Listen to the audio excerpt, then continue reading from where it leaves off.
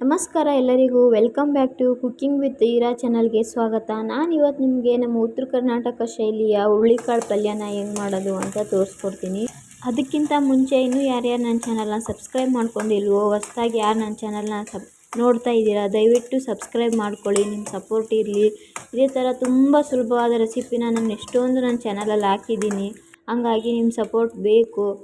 ದಯವಿಟ್ಟು ಸಬ್ಸ್ಕ್ರೈಬ್ ಮಾಡ್ಕೊಳ್ಳೋದು ಮರಿಬೇಡಿ. ಮಿಸ್ ಮಾಡ್ದೇ ಸಬ್ಸ್ಕ್ರೈಬ್ ಮಾಡ್ಕೊಳ್ಳಿ ಅಂತ ಕೇಳ್ತಾ ಬನ್ನಿ ಇವಾಗ ವಿಡಿಯೋ ಶುರು ಮಾಡೋಣ. ಇನ್ನೊಂದೇನೆಂದರೆ ಮಾಡೋದು ತುಂಬ ಸುಲಭ, ರುಚಿ ಕೂಡ ಅಷ್ಟೇ ಚೆನ್ನಾಗಿರುತ್ತೆ.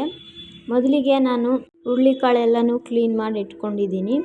ಇವಾಗ ಒಂದು ಬಾಣಲಿನ ಇಟ್ಕೊಂಡು ಅದಕ್ಕೆ ಹುರುಳಿಕಾಳು ಹಾಕೋತಾ ಇದ್ದೀನಿ. ನೀವು ಎಷ್ಟು ಕ್ವಾಂಟಿಟಿ ಮಾಡ್ತೀರಾ ಅಂತ ನೋಡಿಕೊಂಡು ಹಾಕ್ಕೊಳ್ಳಿ. ನಿಮ್ಮ ಮನೇಲಿ ಜಾಸ್ತಿ ಜನ ಇದ್ದರೆ ನೀವು ಜಾಸ್ತಿ ತೊಗೊಳ್ಳಿ. ನಾನು ಜಸ್ಟ್ ಒಂದು ಕಪ್ ಆಗೋಷ್ಟು ಹುರುಳಿಕಾಳನ್ನ ತೊಗೊಂಡಿದ್ದೀನಿ. ತೊಗೊಂಡ್ಬಿಟ್ಟು ಇದನ್ನು ಚೆನ್ನಾಗಿ ಹುರ್ಕೋತಾ ಇದ್ದೀನಿ. ಆದಷ್ಟು ಮೀಡಿಯಮ್ ಫ್ಲೇಮಲ್ಲಿ ಇಟ್ಕೊಂಡು ಹುರ್ಕೋಬೇಕು, ಇಲ್ಲಾಂದರೆ ಎಲ್ಲ ಸೀದೋಗುತ್ತೆ, ಟೇಸ್ಟು ಕೂಡ ಚೆನ್ನಾಗಿರಲ್ಲ.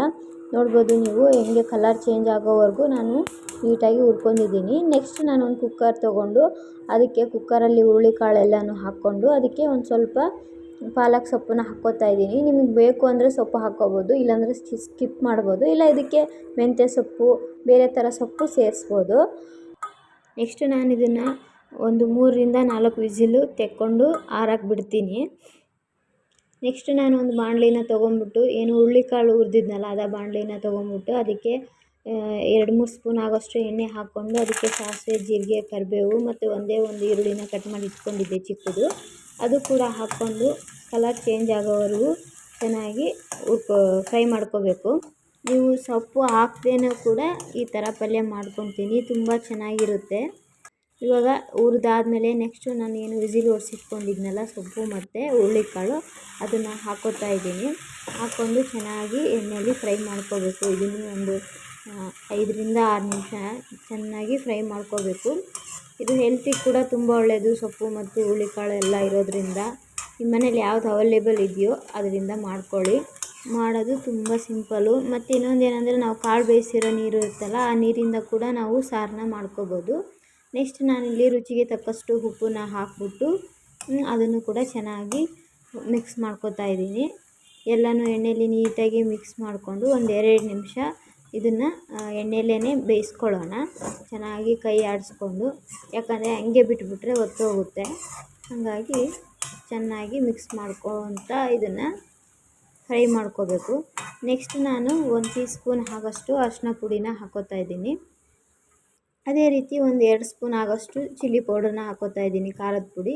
ನೀವು ಖಾರ ಜಾಸ್ತಿ ತಿನ್ನೋರಾಗಿದ್ದರೆ ಇನ್ನು ಸ್ವಲ್ಪ ಜಾಸ್ತಿ ಹಾಕ್ಕೊಳ್ಳಿ, ಕಡಿಮೆ ತಿನ್ನೋರಾಗಿದ್ದರೆ ಕಡಿಮೆ ಹಾಕ್ಕೊಳ್ಳಿ. ಬೇಕು ಅಂದರೆ ನಿಮಗೆ ಖಾರದ ಪುಡಿ ಇಷ್ಟ ಇಲ್ಲ ಅಂದ್ರೂ ಹಸಿಮೆಣಸಿನ್ಕಾಯಿ ಹಾಕ್ಕೊಂಡು ಈ ಥರ ಪಲ್ಯನ ನೀವು ಫ್ರೈ ಮಾಡ್ಬೋದು, ಅದೂ ಚೆನ್ನಾಗಿರುತ್ತೆ. ಇದನ್ನು ಕೂಡ ಖಾರ, ಉಪ್ಪು, ಅರಿಶಿನ ಎಲ್ಲನೂ ಚೆನ್ನಾಗಿ ಮಿಕ್ಸ್ ಮಾಡ್ಕೋತಾ ಇದ್ದೀನಿ. ಅವಾಗೆ ಕುಕ್ಕರಲ್ಲಿ 3ರಿಂದ 4 ವಿಸಿಲ್ನ ನಾನು ತೆಕ್ಕೊಂಡಿರೋದ್ರಿಂದ ಕಾಳೆಲ್ಲ ಚೆನ್ನಾಗಿ ಬೆಂದಿದೆ.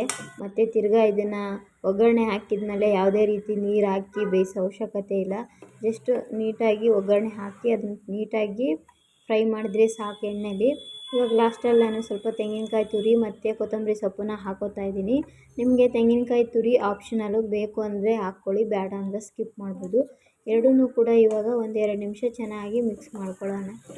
ಒಂದು 2ರಿಂದ 3 ನಿಮಿಷ ಚೆನ್ನಾಗಿ ಇದನ್ನು ಮಿಕ್ಸ್ ಮಾಡಿಬಿಟ್ಟು ಸ್ಟವ್ ಆಫ್ ಮಾಡಿಕೊಂಡ್ರೆ ನೋಡಿ ನಮ್ಮ ಉತ್ತರ ಕರ್ನಾಟಕ ಶೈಲಿಯ ಹುರುಳಿಕಾಯಿ ಪಲ್ಯ ಸೂಪರಾಗಿ ರೆಡಿ ಆಗುತ್ತೆ. ನೀವೇ ನೋಡ್ಬೋದು ಎಷ್ಟು ಚೆನ್ನಾಗಿ ಬಂದಿದೆ ಅಂತ.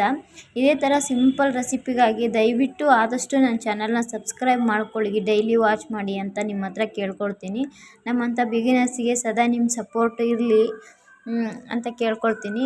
ಇದೇ ಥರ ವೀಡಿಯೋಸ್ಗಾಗಿ ಆಲ್ಮೋಸ್ಟ್ ನನ್ನ ಚಾನಲ್ನ ವಾಚ್ ಮಾಡ್ತಾ ಇರಿ. Thank you so much watching my video. Please subscribe, share, like, comment ಮಾಡಿ. Thank you so much.